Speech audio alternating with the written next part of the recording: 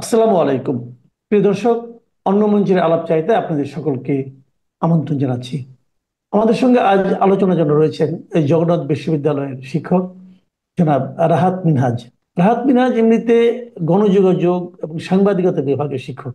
ওনার সঙ্গে ওনাকে আমন্ত্রণ জানানো হয়েছে এই কারণে যে আজকে আমরা আমাদের দেশের সংবাদ মাধ্যমগুলোর কি অবস্থা, তারা কি প্রকৃত ঘটনা বলি, যে যে সমস্ত ঘটনা বলে আমাদের জনগণের জানা উচিত অথবা জানা প্রয়োজন, সেগুলো ঠিকঠাক মতো জানাতে পারছে? তো এই বিষয়গুলো নিয়ে ওনার অবজারভেশন গুলো আমরা একটু শেয়ার করতে চাইবো আপনাদের সঙ্গে। জনাব রাহাত মিনহাজ, আপনাকে আমাদের অনুষ্ঠানে স্বাগত জানাচ্ছি। আপনাকে ধন্যবাদ। জনাব রাহাত মিনহাজ, আপনি আমার সঙ্গে আলাপ করছিলেন, গত দুদিন ধরে আলাপ করছিলেন যে আমাদের মিডিয়াগুলোর কি অবস্থা। আমরা দেখেছি যে এর আগে আহ, হাসিনার শাসন আমলে মিডিয়াগুলো এক ধরনের মানে হাসিনা এবং সরকারের স্তাবকের মতো ভূমিকায় অবতীর্ণ হতো এবং সবগুলো মিডিয়া তাদের দ্বারা কন্ট্রোল ছিল। খুব বিচ্ছিন্নভাবে দু একজন কথা বলতো, কিন্তু সেটা তেমন কোনো মানুষের মধ্যে তেমন কোনো প্রভাব বিস্তার করতে পারতো না, এবং তারা ভয়ে হোক যেভাবে হোক চাপে পড়ে হোক এগুলো করতো। তো আমরা সরকার পরিবর্তনের পর এখন একটা অন্তর্বর্তীকালীন সরকার আছে এবং সেটা স্বৈরাচারী সরকারের বিপরীতে এরা এসেছে এবং তারা দেশে একটা স্থায়ী গণতান্ত্রিক রূপরেখার প্রণয়নের চেষ্টা করছে এবং সামনের দিকে আমরা অগ্রসর হওয়ার চেষ্টা করছি গণতন্ত্রের পথে। তো এই সরকারও বলছে, আগের সরকার যেমন বলতো যে মিডিয়াগুলো অবাধ স্বাধীনতা ভোগ করে, এরাও বলছে একই কথা, অবাধ স্বাধীনতা ভোগ করছে। এরা হয়তো সেভাবে কোনো চাপ প্রয়োগ করছে না, কোনো সাংবাদিককে গ্রেপ্তার করা হয়েছে এরকমও আমরা শুনিনি। কিন্তু তারপরেও পাঠক হিসেবে যখন আমরা পত্রপত্রিকা দেখি অথবা টেলিভিশন দেখি, আমাদের জন্য মন ভরে না। আমাদের জন্য মাঝে মাঝে মনে হয়, তাহলে এখন কি তাহলে অন্য কোনো ধরনের চাপ আছে, কোনো ধরনের সেলফ সেন্সর কি আছে? জেলে হয়তো নিচ্ছে না, কিন্তু চাকরি তো যাচ্ছে। এই ধরনের ঘটনা কিন্তু ঘটছে। তো আপনি একজন সাংবাদিকতার শিক্ষক হিসাবে এক্ষেত্রে আপনার অবজারভেশনটা আসলে কি? আমি শুরুতেই আপনাকে একটা বই দেখাই। হ্যাঁ, এই বইটা আমার শিক্ষকের লেখা। তিনি আমাদের ডিপার্টমেন্টের বড় ভাই। তিনি এখন বর্তমানে এই সরকারের অনেক গুরুত্বপূর্ণ দায়িত্বে আছেন। বইটার নাম হচ্ছে ভয়ের সংস্কৃতি। বইটা লিখেছেন আলী রিয়াজ। আপনি জানেন তিনি একটা সংস্কার কমিশনের প্রধান হিসেবে দায়িত্ব পালন করছেন, অত্যন্ত গুরুত্বপূর্ণ দায়িত্ব পালন করছেন। এই বইটা প্রকাশিত হয়েছিল হচ্ছে আপনার 2014 সালে। এখন এই বইটা আমি পড়েছি খুব মনোযোগ দিয়ে। তো এই বইটার বিপরীতে এখন আমরা যে পরিস্থিতির মধ্যে আছি, আপনি স্বীকার করেন আর না করেন, আমরা আসলে একটা মব ভায়োলেন্সের কালচারের মধ্যে আছি। আমাদের রাষ্ট্রযন্ত্রটাকে আপনার নানা দিক থেকে এই মব ভায়োলেন্স আপনার প্যারালাইসিস করে ফেলছে। কোনো কিছুকেই আপনার কাজ করতে দিচ্ছে না। এবং এই মব ভায়োলেন্সের যে আপনার ভীতি, মব ভায়োলেন্স যে শঙ্কা, সেটা যে গণমাধ্যমকেও ভয়ঙ্কর ভাবে আপনার সংকুচিত, ভয়ঙ্কর ভাবে আপনার যাকে আমরা বলবো যে ব্যাকফুটে নিয়ে যাওয়ার যে জায়গা তৈরি করা, সেটা কিন্তু অলরেডি করে ফেলেছে। আমি আপনাকে ছোট্ট করে একটা উদাহরণ দিই। দেখুন, আহ বর্তমান বাংলাদেশ যেভাবে পরিচালিত হচ্ছে, এই বাংলাদেশ পরিচালিত হওয়ার প্রেক্ষাপটে জাতিসংঘের একটা বড় ভূমিকা আছে। আমরা সবাই জানি যে 2024 সালের 5 অগাস্ট যে আপনার বাংলাদেশের পালাবদল ঘটেছে, এই পালাবদলের প্রেক্ষাপটে জাতিসংঘের একটা গুরুত্বপূর্ণ ভূমিকা ছিল। সেই ভূমিকাতে অত্যন্ত কার্যকর ভূমিকা পালন করেছিলেন ভলকার তুর্ক নামে একজন ভদ্রলোক, যিনি জাতিসংঘের মানবাধিকার যে হাই কমিশন তার প্রধান।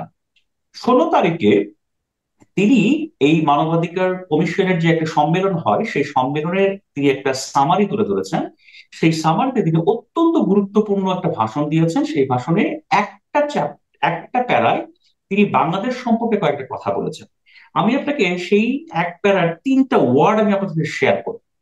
তিনি প্রথমে এনকারেজ করেছেন তাকে, ইন্টারিম গভর্নমেন্টকে, যে তারা নানা ধরনের সংস্কার করছেন, যেটা democracy, freedom of speech, freedom of এক্সপ্রেশনের জন্য আপনার খুব ইতিবাচক, খুব চমৎকার। কিন্তু তারপরে দুটো ওয়ার্ড তিনি ব্যবহার করেছেন, সেই দুটো ওয়ার্ড খুবই গুরুত্বপূর্ণ, কিন্তু যেটা বাংলাদেশের প্রায় প্রত্যেকটা গণমাধ্যমে যেটাকে যথাযথভাবে গুরুত্ব দেয়নি। যেমন তিনি একটা জায়গায় ওয়ার্ড ইউজ করেছেন, concern. I am concern. Concern তিনি কি বিষয়ে, সেটা হচ্ছে আপনার বাংলাদেশে যে পলিটিক্যাল পার্টি ব্যান করার যে প্রভিশন আপনার চালু করা হয়েছে, যার প্রেক্ষাপটে আওয়ামী লীগকেও সাময়িকভাবে আপনার নিষিদ্ধ করা হয়েছে তাদের কার্যক্রম, সেটা তিনি কনসার্ন হয়েছেন। আপনাকে জানিয়ে রাখি, যারা আপনার ইন্টারন্যাশনাল ডিপ্লোমেসির সাথে যুক্ত, আন্তর্জাতিক অঙ্গনে কাজ করেন, তাদের কাছে কিন্তু কনসার্ন ওয়ার্ডটা কিন্তু খুব ভয়াবহ। এটা কিন্তু যা তা ওয়ার্ড না। এটার বাংলা যদি আপনি করতে চান, তার মানে হচ্ছে আমরা গভীরভাবে উদ্বিগ্ন, গভীরভাবে উদ্বিগ্ন। অতি সাধারণ কোনো বিষয় নয়। তার মানে হচ্ছে বাংলাদেশে যে পলিটিক্যাল পার্টিকে ব্যান করার যে প্রক্রিয়ার একটা যাত্রা শুরু হয়েছে, তাতে আপনার জাতিসংঘ হচ্ছে কনসার্ন।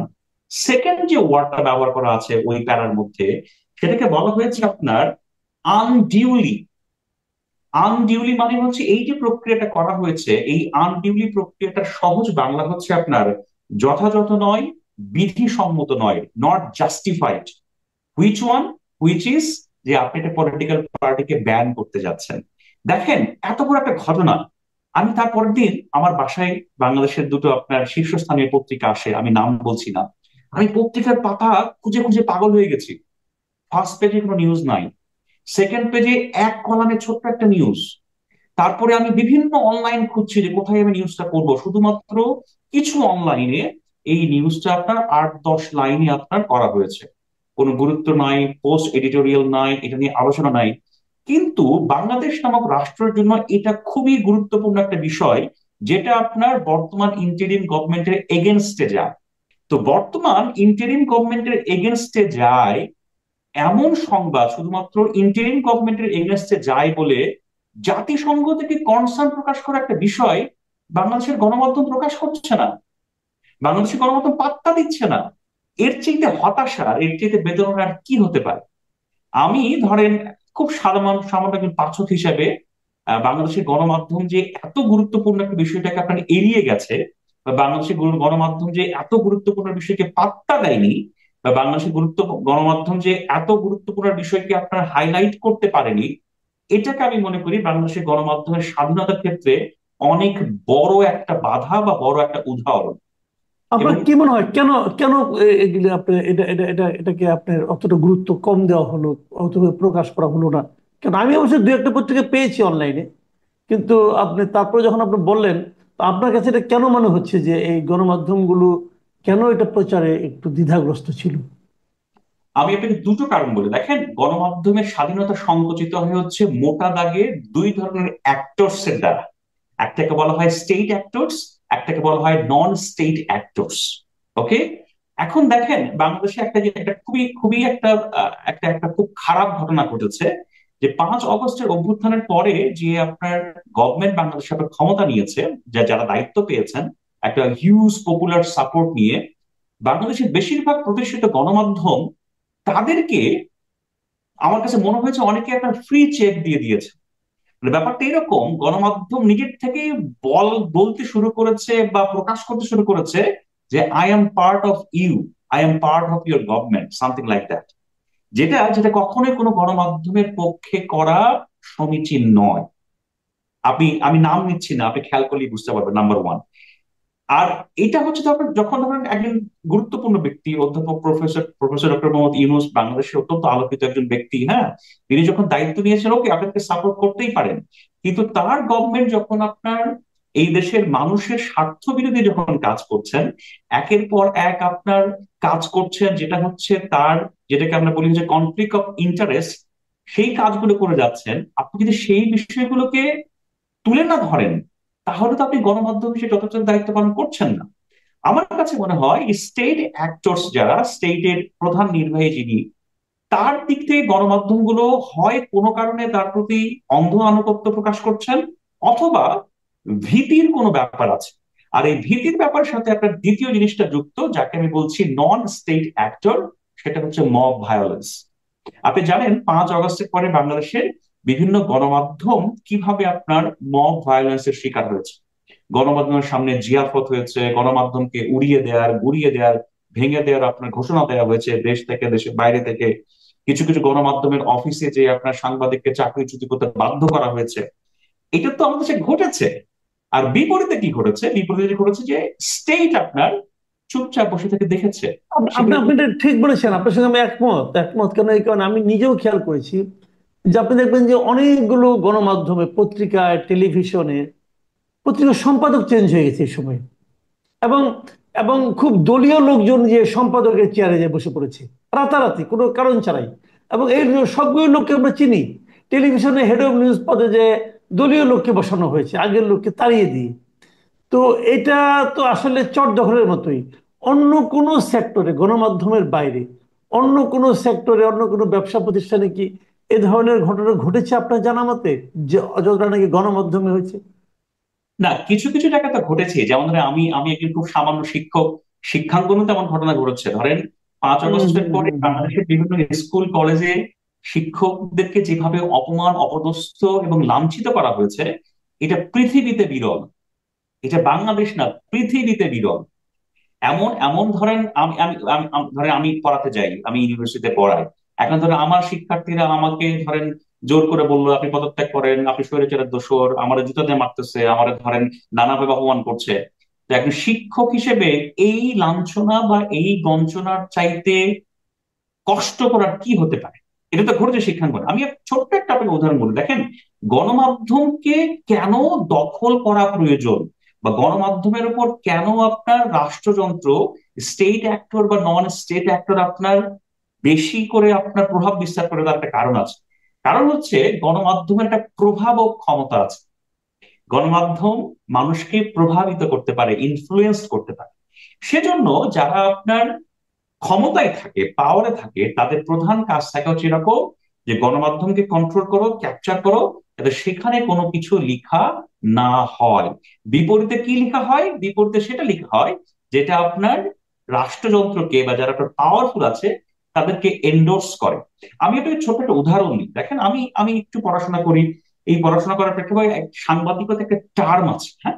সাংবাদিকতার টার্ম আছে, যে টার্মে আপনার বলা হয়, আমি একটু দেখে বলি আপনাকে, সেই টার্মটাকে বলা হয় আপনার অ্যাডভার্টোরিয়াল। অ্যাডভার্টোরিয়াল মানে হচ্ছে এডিটোরিয়াল এবং অ্যাডভার্টাইজমেন্ট দুটোকে এক করে এই টার্মটা তৈরি করা হয়, তাকে অ্যাডভার্টোরিয়াল বলা হয়। আমি পত্রিকার নাম বলছি না, আমি কাউকে শত্রু বানাতে চাই না। বাংলাদেশে সাংবাদিকতার পরিবেশ সংকুচিত। বাংলাদেশে সাংবাদিকতার পরিবেশ ক্রমাগতভাবে ভীতির মধ্যে চলে যাচ্ছে। এটা একটা রিপোর্টার্স উইদাউট বর্ডার থেকে শুরু করে অন্যান্য মানবাধিকার সংস্থা বারবার বলে যাচ্ছে, হ্যাঁ। সেগুলো যখন চলছে বাংলাদেশে, তখন বাংলাদেশে একটা পত্রিকায় 3 ফেব্রুয়ারি 2025 প্রকাশিত হলো অধ্যাপক ইউনূসের আশাবাদী কণ্ঠস্বর। ডক্টর মোহাম্মদ ইউনূসের সাথে আমার আপনার কোনো ব্যক্তিগত দ্বন্দ্ব নেই। আমি যে বাসায় পত্রিকাটা পড়ি, সেই পত্রিকাতে আমি আপনার এই কলামটা পড়লাম, তখন আপনার মাথার মধ্যে ক্লিক করলো যে এটা তো ভয়াবহ রকমের অ্যাডভার্টোরিয়াল, বিজ্ঞাপন ভিত্তিক সম্পাদকীয়। এবং আপনি বিশ্বাস করেন, যিনি এই ভদ্রলোক লিখেছেন, আমি নাম নিতে চাই না, তিনি খুব গুণী মানুষ, হ্যাঁ। আমি তার বই পুস্তক পড়ি অনেক, তার প্রতি আমার প্রবল শ্রদ্ধা। এই পুরো আর্টিকেলটা পড়ার পর আমার মনে হয়েছে যে এই আর্টিকেলটা ডক্টর মোহাম্মদ ইউনূসের ইউনূস সেন্টারের চাইতেও খুব ভালো করে লেখা। This well scripted, well drafted, rather than the Yunus centre. তো এই যে এইটা চলছে আমাদের মধ্যে, যেটাতে আমার কাছে মনে হয় জনগণের যা প্রত্যাশা, মানুষের যা প্রত্যাশা, গণমাধ্যমের কাছে আপনার আমার যে প্রত্যাশা, সেটা আপনার ক্ষুণ্ণ হচ্ছে, হুম। ক্ষতিগ্রস্ত আচ্ছা, হচ্ছে। আরেকটা কথা, আপনি এই রিসেন্ট একটা ঘটনা গতকালকে না আজকেই দেখলাম তো, ইন্টারন্যাশনাল ক্রাইসিস গ্রুপের একটা নিউজ ছিল, ওদের একটা ছিল। তো ওরা বলছিল যে আমাদের এখানে রোহিঙ্গা যুবকদেরকে কিভাবে তারা আরাকান অঞ্চলে ঢোকার চেষ্টা করছে, যুদ্ধের প্রস্তুতি নিচ্ছে। এই বিষয়টাও কি আপনি খুব বেশি কিছু পত্রিকা দেখেছেন? আচ্ছা, আমি আপনাকে খুব ছোট্ট করে বলি, দেখেন বাংলাদেশের গণমাধ্যমের একটা খুব একটা অদ্ভুত ঘটনা ঘটে। এটা শেখ হাসিনার আমলেও ঘটেছে, এখনো ঘটে। যেমন ধরেন আপনার মনে থাকবে আর কি, যে ধরেন নাইজেরিয়া বা উগান্ডার কোন একটা পত্রিকা অনলাইনে কিছু একটা লিখছে যে শেখ হাসিনা হচ্ছে পৃথিবীর সবচেয়ে হচ্ছে সৎ সরকার প্রধান। দেখবেন বাংলাদেশের গণমাধ্যম পাগল হয়ে যায়, যা তা রাইট। করে ফেলে। এই উদাহরণ আপনি দেখেছেন। আবার দেখেন অত্যন্ত গুরুত্বপূর্ণ, যেটা এই দেশের গণতন্ত্র, মানুষের অধিকার, এই দেশের সেফটি সিকিউরিটির সাথে যুক্ত, অঙ্গাঙ্গি ভাবে যুক্ত, সেই ধরনের বিষয়ে গণমাধ্যম অনেক ক্ষেত্রে নিষ্ক্রিয় ভূমিকা পালন করে, চুপ থাকে। যার একটা বড় উদাহরণ এই ক্রাইসিস গ্রুপের এই রিপোর্টটা। এই ক্রাইসিস গ্রুপের, ইন্টারন্যাশনাল ক্রাইসিস গ্রুপের এই রিপোর্টটা সবশেষ আপনার যা প্রকাশ করেছে, এটা কিন্তু বাংলাদেশের চলমান যে বহুবিধ সংকট, আমরা কিন্তু এখন বহুবিধ সংকটের মধ্যে দিয়ে যাচ্ছি। আপনি মনে করেন না যে আমাদের একমাত্র সংকট হচ্ছে নির্বাচন থেকে গণতন্ত্রে উত্তরণ করা।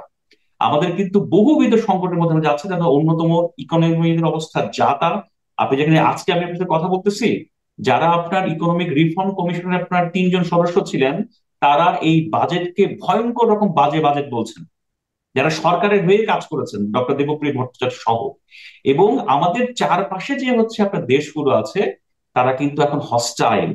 ইন্ডিয়া হস্টাইল, মিয়ানমার হস্টাইল, এবং সমুদ্র পথেও যেখান থেকে আমরা পণ্য যাতায়াত করি আপনার আরাকানের পাশ দিয়ে, সেখানেও কিন্তু হস্টাইল সিচুয়েশনকে আমরা ফেস করছি। ইন্টারন্যাশনাল ক্রাইসিস গ্রুপের রিপোর্টটা, যে রিপোর্টটা আমি পড়েছি খুব মনোযোগ দিয়ে, সেখানে স্পষ্ট করে বলা আছে যে রোহিঙ্গা ইউথ যারা, ধরেন 12 লাখ ইউথ কক্সবাজারে কনসেন্ট্রেটেড হয়ে আছে, সেখানে কিন্তু এই রোহিঙ্গা ইউথ যাদের কোনো কাজ নেই, যারা কোনো কাজ করতে পারে না, তারা কিন্তু নানাভাবে আপনার সংঘাত সহিংসতার সাথে যুক্ত। এবং বলা হচ্ছে দে ওয়ার ইন ফাইটিং, তার মানে তারা নিজেদের মধ্যে মারামারি করতো। এই রিপোর্টে স্পষ্ট করে বলা আছে এই ওয়ার্ডটা বলে, এক্সিকিউটিভ সামারিতে, ইন ফাইটিং।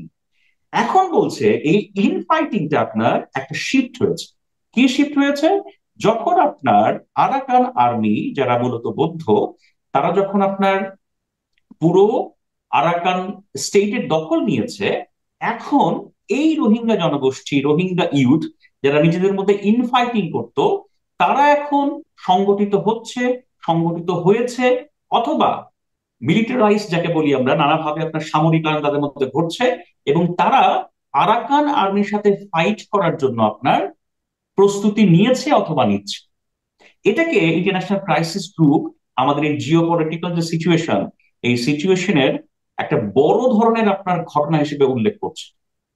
তো এই আমি আমি জানি না এই সংক্রান্ত কোনো রিপোর্ট আমাদের আমাদের আমাদের গণমাধ্যমে এসেছে কিনা, আসছে কিনা, যদিও এটা আমাদের। আমার খুব একটা চোখে পড়ে নাই।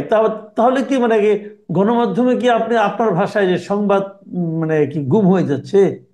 দেখেন, আমি আমি আমি সবচেয়ে আমি আমি আমি আমি আমি তো জাতিসংঘের কিছু রিপোর্ট বা কিছু কিছু ফলো করি আমি। হুম, আমার হুম, কাছে, আমি আপনাকে খুব সহজ করে বলি, আমরা হুম।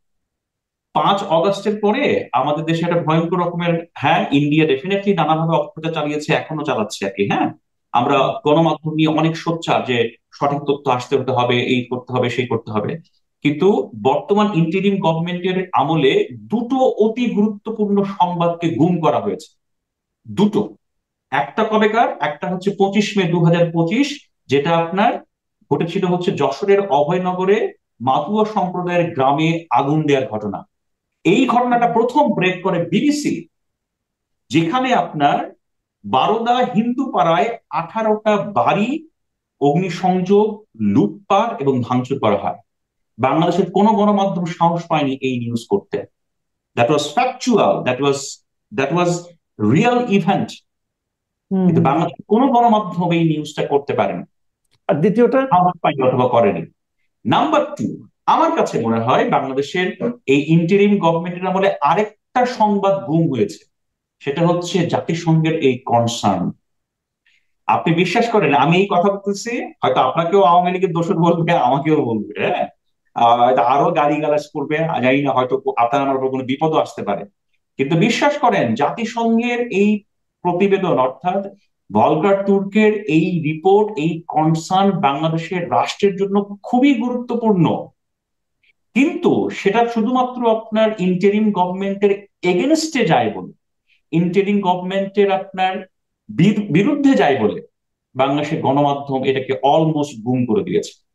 কিন্তু এই ঘটনাকে সিরিয়াসলি নেওয়া, সেটা নিয়ে পলিসি নির্ধারণ করা, সম্পাদকীয় লিখা, মতামত লিখা, এটা এই রাষ্ট্রের জন্য খুব প্রয়োজনীয় ছিল বলে আমি মনে করি। জি, অনেক ধন্যবাদ। অনেক ধন্যবাদ জনাব রাহাত মিনহাজ। আমাদের আলোচনাটা আমার খুব ভালো লাগছিল, কিন্তু আমাদের সময়ের কারণে থামতে হচ্ছে। আমরা আগামীতে আবারও কোনো একটা গণমাধ্যমে কোনো একটি ইস্যু নিয়ে আপনার সঙ্গে হয়তো বসার চেষ্টা করব। প্রিয় দর্শক, আপনারা শুনলেন যে আমরা সব সময় প্রতিদিন সকালে ঘুম থেকে উঠে কিন্তু আমরা মিডিয়ার দিকে তাকাই, পত্রিকা পড়ার চেষ্টা করি, টেলিভিশন দেখি। কেন দেখতে চাই? আমরা দেখতে চাই হলো আমরা জানতে চাই সমাজে কি ঘটছে, দেশে কি ঘটছে, আমাদের নিয়ে বাইরের দেশের লোকজন কি ভাবছে। সেই ভাবনাগুলো থেকে আমরা যাদের উপর নির্ভর করি, যে গণমাধ্যমের উপর, তারা আমাদেরকে অন্ধকারে রাখছে। অন্ততপক্ষে রাহাত মিনহাজের কয়েকটা উদাহরণ সহ কয়েকটা ঘটনা আমাকে কিন্তু সেরকমই ভাবতে বলছে। আপনারা এগুলো নিয়ে কি ভাবছেন? আপনাদের কি অভিপ্রায়? আপনাদের কি চিন্তা? এগুলো আমাদের সঙ্গে শেয়ার করেন। আমরা পরবর্তীতে এগুলো নিয়ে আলোচনা করব। এখন এই পর্যন্তই। আল্লাহ হাফেজ।